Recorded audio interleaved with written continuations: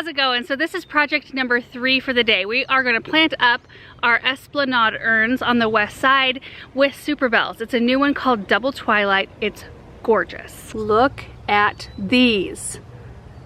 They are so gorgeous. They look quite a lot like the Supertunia Priscilla, which we used in project number 2 of the day. In fact, we'll link the first 2 projects down below this video. We just had decided to break these videos up into kind of a series of 3 since we've planted all of these things before for you guys, and that way we could post them all on the same day, but they would be a little bit shorter, I guess, and a little bit more concise. So the first project we did today was planting up the east side containers, the 14 big containers lining our fence line, and then in project number 2 I trimmed up the topiaries in front of our barn and planted underneath those. But back to these Double Twilights.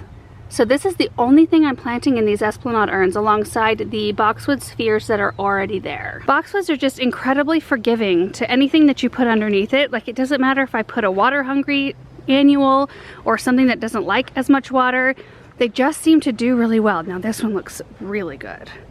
When I planted these boxwoods, they were on the smallish side, for the size of the urn anyway, and now they're really coming into their own. I actually considered removing the boxwoods because they're right next to these arborvitaes and it felt like a lot of green, but I've really enjoyed them this spring to the point where I just want to plant these Double Twilights so that those can really show up over here. I think that the contrast will be beautiful.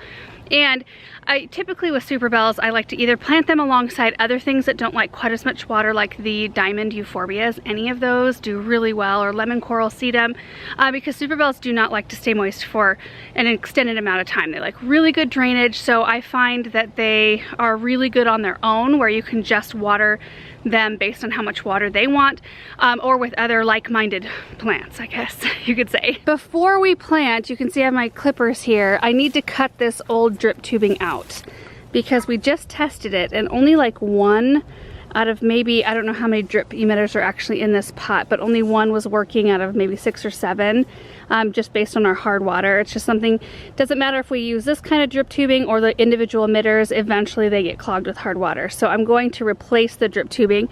That one there, the drip tubing still worked. So I don't know, it's kind of hit and miss sometimes, but it's always a good idea to test before you plant. So I'm gonna cut this off right here, put a new coupler in and a new run of drip tubing just around, just exactly pretty much how it is right now. And if you guys have any tips on how to get Superbells to thrive with other things like Supertunias, I would love it, because there are so many recipes that have both of those in them and I know lots of people have success.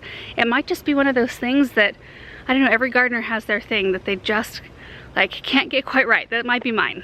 I need this. Okay, so I just cut a piece of drip tubing.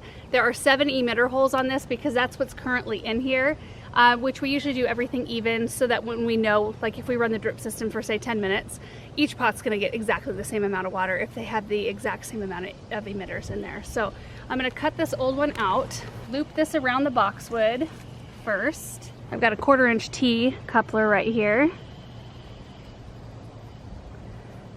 Okay, and that's just gonna go right down into the supply line, which I'm gonna totally get my hand in the way, but I have to, I'm sorry. Oh man, come on, there we go. Okay, should we test it?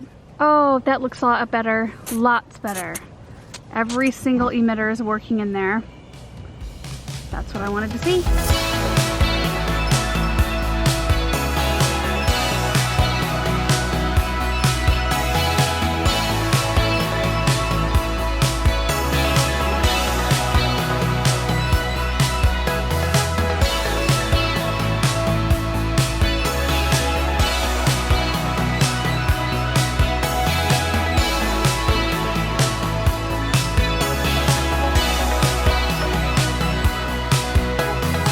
Gosh, these are gonna be so pretty. I ended up using 5. I was gonna use just 4 in here, but I felt like 5 split the distance a little bit better. But I just love the idea of Superbells in here. We have used them in the past, Superbells white in particular. In fact, I think I've got a picture I can throw on the screen of how fantastic they did over here. And that's why I really wanted to try, especially this new variety out over here, give it the best shot possible, because I think I think that they like this position, and I think planted by itself it's going to be so incredibly striking. And another thing I really appreciate about Superbells is that they have a delicate look to them. I mean, in some cases, especially when they really like where they're at, they can get big and really full, and they can drape down to I think like 2 feet.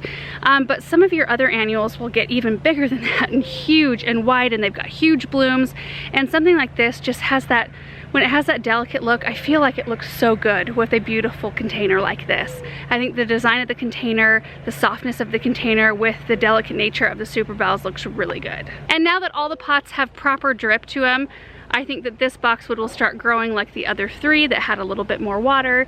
Had we not noticed that for a while longer, I think the boxwood would have really suffered, but in this case, it's still alive, it bloomed and everything, it just doesn't have a tremendous amount of new growth on it at this point. Okay, so I've got 2 more flats of Superbells to take over to Erin's parents' house. It's actually our gift to Erin's mom for Mother's Day, to pot up her front planters. I've got some beautiful Superbells for that. It's gonna be bright and cheerful. I went with Superbells over Easy, which have a massive bloom for a Superbells. I mean, that's pretty good size right there, but I love the white with the yellow throat. I think that is so sweet. And then Superbells Lemon Slice, which is a really tough Superbells. And I mean, talk about happy to look at. Look at that. It's like sunshine. I think those will be so beautiful. All right, just gotta go find Erin and we'll head down there. Okay, here we are. You might remember these 2 containers from last year when we planted up the flower bed and the containers for Mother's Day. And last year we did Superbells and Diamond Frost or Diamond Snow Euphorbia, I can't remember. Anyway, they were gorgeous. They did beautifully all season long. They just filled in around the boxwood cones really great. This is a Green Mountain boxwood. They grow in that conical shape, so they get trimmed every once in a while just for a little shape up, but anyway, Superbells do great in these containers. So a little bit of flower tone and then flowers.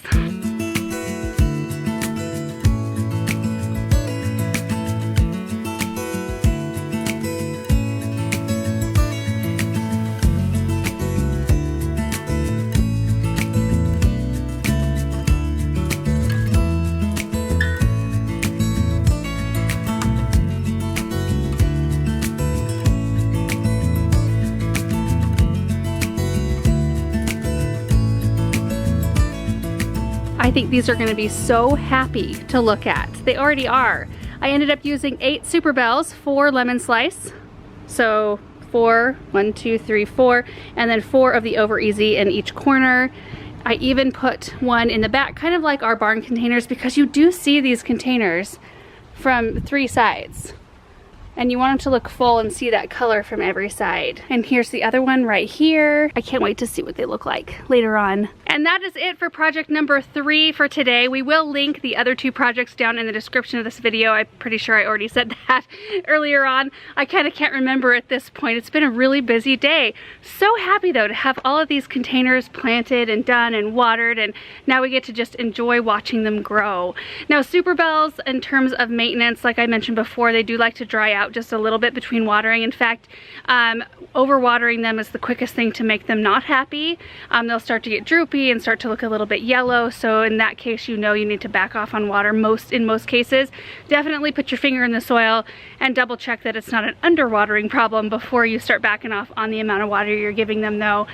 They do need a fertilizer. We're using a lot of the flower tone this year, but typically we use the Proven Winners water soluble plant food. And if you use that on a very consistent basis, it does keep the leaves a nice dark green color. It needs that chelated iron in order to maintain the leaf color, but they do not have to be deadheaded. They'll just keep on blooming all season, and yeah, they're just a really pretty plant. So anyway, thank you guys so much for watching all the project videos today. Hope you enjoyed them, and we will see you in the next one.